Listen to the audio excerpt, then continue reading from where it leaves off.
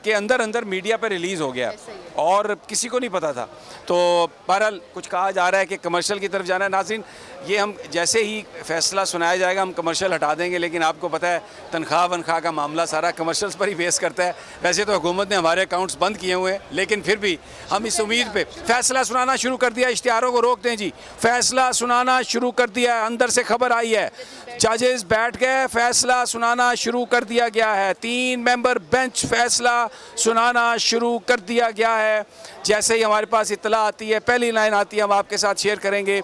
3 member bench supreme court का खसूसी bench कमरा अदालत के अंदर है और क्या हमारे पास स्टिकर्स आए हैं अंदर से कि फैसला सुनाना शुरू कर दिया है। कुरानी आयात से फैसला सुनाना शुरू किया है चीफ जस्टिस साहब ने, और पंजाब चीफ जस्टिस ने कुरानी आयत से फ़ैसला शुरू किया। कुरान आयत पढ़ रहे हैं और उससे उन्होंने फ़ैसला सुनाना शुरू किया है।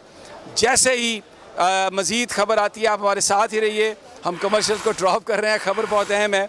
चीफ जस्टिस ने कुरानी आयत का हवाला देकर फ़ैसला सुनाना शुरू किया है और तफसीली वजूहात ये कहा जा रहा है अब इस वक्त के तफसीली वजूहात बाद में बताई जाएंगी। अभी शॉर्ट जजमेंट है, चीफ जस्टिस ने ये कहा है कि तफसीली फ़ैसला बाद में आएगा और अभी हम ये जजमेंट आपको अभी ये जो शॉर्ट जजमेंट है वो आएगी, आपको हम बताते हैं। मुलतवी कराने का फैसला कलअदम करार दे दिया। इलेक्शन कमीशन का फैसला सुप्रीम कोर्ट के बेंच ने कलअदम करार दे दिया है। इलेक्शन में इल्तवा का फैसला कलअदम करार दे दिया है। सुप्रीम कोर्ट ने कहा है कि ये जो इलेक्शन कमीशन ने काम किया ये गैर आईनी गैर कानूनी काम है और इलेक्शन के इल्तवा का फैसला कलअदम करार दे दिया है सुप्रीम कोर्ट ने। इलेक्शन 90 रोज से आगे नहीं जा सकते, सुप्रीम कोर्ट का फैसला, इलेक्शन 90 रोज से आगे आ सकते। इलेक्शन कमीशन का फैसला जो इंतखाबात के इल्तवा का था उसको कलअदम करार दे दिया स्पेशल बेंच ने। और ये इसके अलावा 22 मार्च का फैसला कलअदम, इंतखाबात के इल्तवा का फैसला कसला कलअदम। कुरानी आयात के रेफरेंस से सुप्रीम कोर्ट के चीफ जस्टिस ने बेंच के सरबराह ने फैसला सुनाना शुरू किया है। गैर आईनी गैर कानूनी है, 90 दिन से ज़्यादा इलेक्शन नहीं जा सकते आगे। इलेक्शन कमीशन को कोई इख्तियार नहीं है, इलेक्शन कमीशन ने जो इंतखाबात की तारीख में तब्दीली की उसका इख्तियार नहीं है इलेक्शन कमीशन को। चीफ सुप्रीम कोर्ट के स्पेशल बेंच का फैसला, इंतखाबात कराने का फैसला बहाल। जो 30 अप्रैल को इंतखाबात का फैसला था वो बहाल। इलेक्शन कमीशन का जो फैसला वो इल्तवा का उसको सस्पेंड कर दिया है।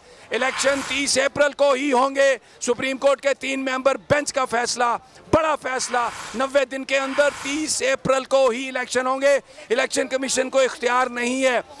इलेक्शन कमीशन 5वीं स्टेज तक पहुंच चुका था। फैसला इलेक्शन प्रोग्राम जो है वो 5वीं स्टेज तक पहुंच चुका था। इलेक्शन कमीशन को तारीख तब्दील करने का इख्तियार नहीं है, 90 दिनों में होंगे।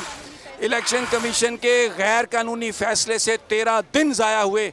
खसूसी बेंच ये कह रहा है, फैसला ये कह रहा है और ये यूनानिमस फैसला है।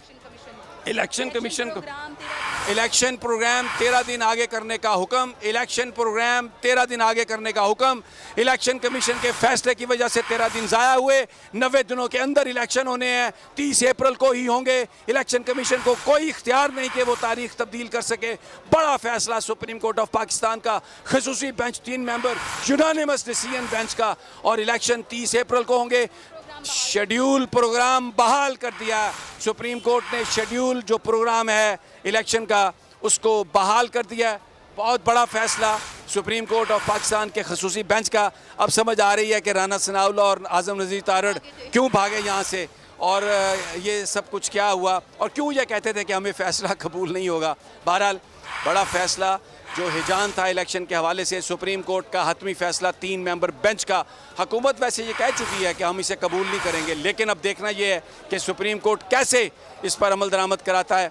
और 30 अप्रैल को इंतखाब जहाँ से इलेक्शन शेड्यूल रुका वहीं से शुरू किया जाए। ये मैं आपको पूरा फ़ैसला जो टिकट्स की सूरत में हमारी टीम अंदर जो मौजूद है जो दे रही है, और इसमें जो इलेक्शंस हैं वो होंगे। Maryam, now it's over to you. मैं ज़रा देखता हूँ और क्या। Thank you sir. तो बड़ा फैसला जो है वो आ चुका है। आपको बताएं कि सुप्रीम कोर्ट ऑफ पाकिस्तान ने ये जो इलेक्शन कमीशन का फैसला था 22 मार्च का, उसको कलअदम करार देते हुए अब दोबारा से इलेक्शन कराने का हुक्म दिया है। और वही फैसला जो सुप्रीम कोर्ट ऑफ पाकिस्तान ने पहले जारी किया था उससे 13 रोज़ आगे बढ़ाए गए हैं। 14 मई को पंजाब में इलेक्शन कराने का हुक्म जो है वो दिया गया है सुप्रीम कोर्ट ऑफ पाकिस्तान की तरफ से, और इलेक्शन कमीशन को इलेक्शन ट्रिब्यूनल से दोबारा कार्रवाई शुरू करने का हुक्म दिया गया है। अब्बास मेरे साथ हैं। 14 मई को पंजाब में इलेक्शन कराने का हुक्म दिया गया है। अब्बास, क्या कहेंगे, ये फैसला मुतवक्के था? देखिए नीलम, जो अभी आपने खबर ब्रेक की है उसमें सबसे अहम चीज़ जो है कि इलेक्शन कमीशन ने गैर कानूनी तौर पर 14 दिन और 13 दिन जो इलेक्शन कमीशन ज़ाया किए हैं, साथ साथ चूँकि कागजात नामजदगी का प्रोसीजर शुरू हो चुका था और इलेक्शन कमीशन ने जानबूझकर इसको रोका है इलेक्शन को, और इलेक्शन कमीशन का फैसला आज सुप्रीम कोर्ट ने कलअदम करार दे दिया है। साथ साथ पंजाब में इंतखाबात जो कराने का फैसला था वो भी बहाल कर दिए गए। 14 दिन सिर्फ ऊपर होंगे। 30 अप्रैल को पहले सुप्रीम कोर्ट ने कहा था, अब 14 मई तक अब इंतखाबात होंगे। तो अब सुप्रीम कोर्ट की जीत हुई है, अवाम की जीत हुई है, और जो आइन और कानून मैं समझता हूं कि उसकी जीत हुई है। आज सुप्रीम कोर्ट के फैसले पर सबको इम्प्लीमेंट करना पड़ेगा। ये लोग यहाँ पर आए थे प्रेशर डालने के लिए, दबाव डालने के लिए, 2 दिन से इसी चक्कर में थे कि किसी तरीके से सुप्रीम कोर्ट को दबाव में लाया जाए, मौजिज़ जजेस को दबाव में डाला जाए, लेकिन मौजिज़ जजेस किसी सूरत दबाव में नहीं आए। और आज उन्होंने बड़ा फैसला दिया है, बड़ी अदालत का बड़ा फैसला, कि इलेक्शन कमीशन का जो फैसला था उसको कलअदम करार दिया है। 30 अप्रैल को जो इलेक्शन करवाने का हुक्म था, अब 14 मई को उसका हुक्म हो। 13 रोज़ आगे बढ़ाए गए हैं। और इस तमाम तर मामले में आपको ये भी बताएं कि अदालत ने ये कहा है कि अदालती सवालात पर इलेक्शन कमीशन ने इलेक्शन कराने की यकीन दहानी कराई थी। तो जब इलेक्शन कमीशन ने कहा है कि अदारे ताउन करें तो इलेक्शन कराने को तैयार हैं, तो इसलिए शफाफ गैर जानिबदार इंतखाबात कराना इलेक्शन कमीशन की जिम्मेदारी है।